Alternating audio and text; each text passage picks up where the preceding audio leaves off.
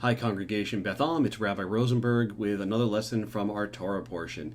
This week, the Torah has a story which isn't as well known as it should be, not because it's such a meaningful, deep story, or more than most stories in the Torah, but because it's so wonderfully odd.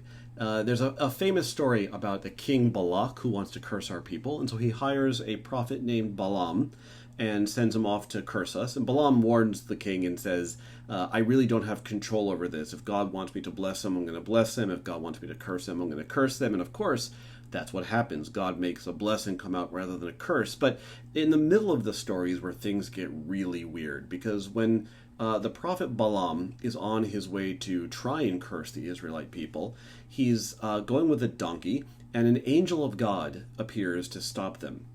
But the donkey can see the angel, but the prophet Balaam can't see the angel. And then actually, so Balaam tries to whip the donkey to get her to move forward, and the donkey looks at Balaam and starts talking and saying, "Why are you doing this? I can't go. Can't you see what's going on?"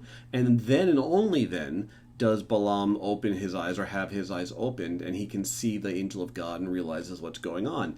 Now, like I said, it's a really odd story, especially kind of dropped in the middle of the Torah portion and then not really referenced again. But it was probably meant to essentially mock the non-Jewish prophets. It was probably there to make fun of these supposed prophets from other places who couldn't even see what a donkey could see. Right? That was sort of the message there. Even the prophet's donkey can see the angel of God. The supposed prophet can't. It probably was hysterical in its day.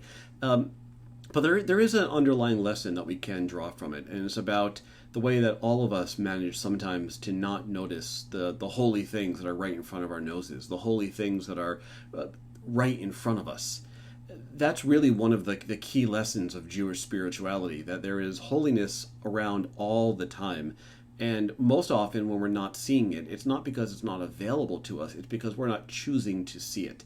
That's the message of many of the Hasidic spiritual masters. That's the lesson, or one of the main lessons, of my favorite rabbi, Rabbi Abraham Joshua Heschel. And so many sages have taught this over the years, that God is always present. The potential to notice holiness is around us in every place at every moment.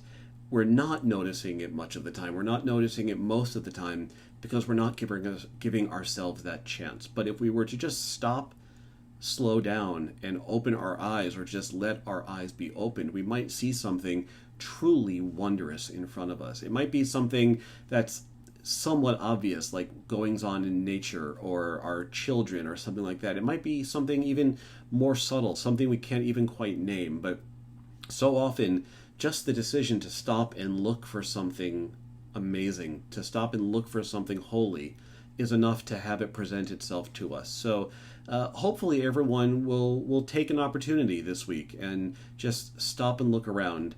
Especially at times like this, we all really could use a little bit of inspiration, a little bit of awe and wonder maybe. So hopefully we'll take the time to see what's already in front of us, and hopefully we'll at least be more spiritually advanced than your average donkey. Take care, everybody.